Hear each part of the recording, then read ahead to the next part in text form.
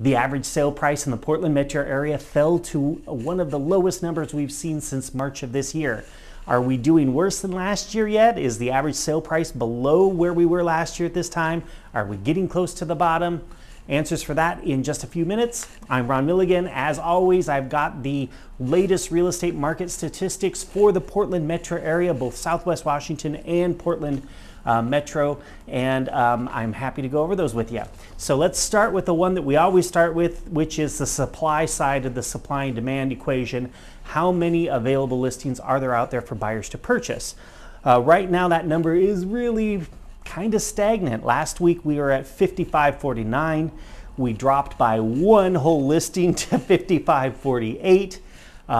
As I've mentioned in previous videos, that normally at this time of year, and especially last year at this time, and in 2020 at this time, the number of active listings was steadily increasing because we weren't getting as many new listings to hit the market, and we had buyers who were continuing to purchase properties off season just because of the really low interest rates and how frustrating the market had been during our on season.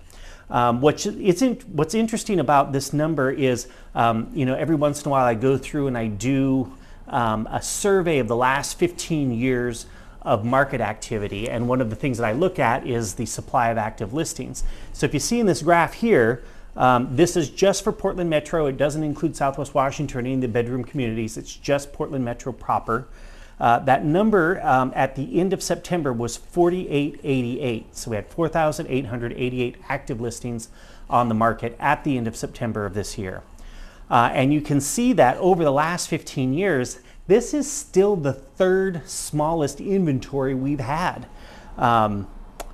We still have a ways to go before we get to those years like 15, 16, 17, 18, which we kind of considered more normal years. They're still seller's advantage years, but they were more normal than what we've been experiencing certainly over the last couple, 2-3 years. So yeah, we've got a long ways to go. And then of course, look at that number from 2008. I love that, 17,006 listings. Holy buckets. That was a rough time. I remember that time, and it was not a lot of fun. But we got a long ways to go before we get there. So the other side, and then the thing that I always like to do is compare where we are this year versus roughly the same time period last year. Last year, that number was 3341. So that represents a 66.1% increase in the number of available listings this year versus last year. And just expect that number to keep widening because we seem to be stagnant with our supply this year, whereas last year, the numbers we're comparing it to, keeps decreasing until we started last year at less than 2,000 active listings.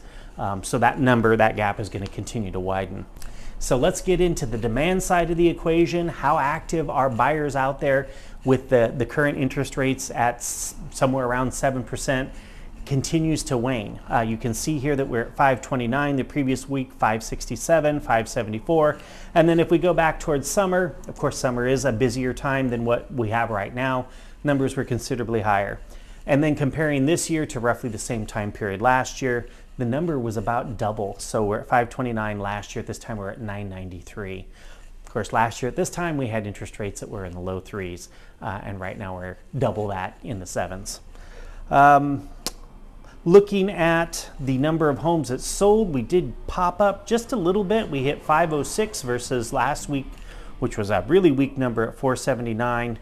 But we're still not where we had been in previous weeks. And I suspect that this number is going to continue to wane just like the rest of the numbers as we go through and start to get deeper into our off season. Last year at this time when I checked my notes, the number was 772, so 506 this year versus the number of closings we saw in roughly the same time period last year, 772. The average sale price, I mentioned that at the beginning of the video, is one of the lowest numbers we've seen since March. That came in at 586,965.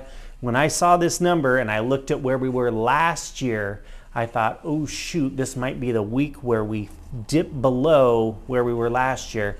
But what happened last year at roughly the same time period is the average sale price dropped as well. So we're still above average sale price wise where we were last year at this time. by a measure of around 4.3%. So 586,965 versus last year 562,612.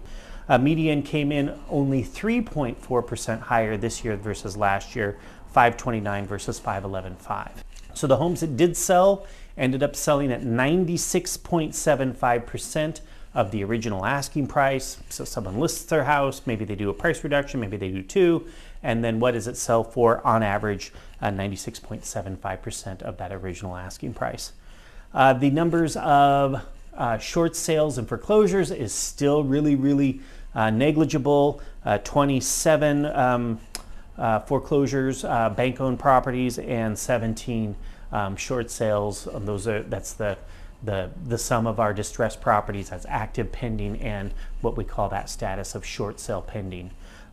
So a really negligible number when we compare it to the number of active and pending listings, which is over 8,500. So where does that leave us right now? What do we have? We have right now our supply side of the equation steady. Holding steady, treading water. We're not gaining any listings. We're not losing any listings, which is normally what we'd like to see at this time of year. It's just holding steady, which would be fine, except that the buyer demand seems to be waning and continuing to wane. And we're seeing that with our number of new transactions week after week seems to be dwindling. And of course, that's I think the direct result of interest rates that are right around 7% right now.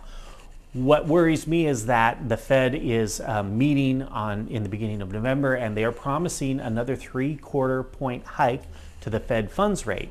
That's not tied directly to mortgage rates. It is tied indirectly to residential mortgage rates, but not directly.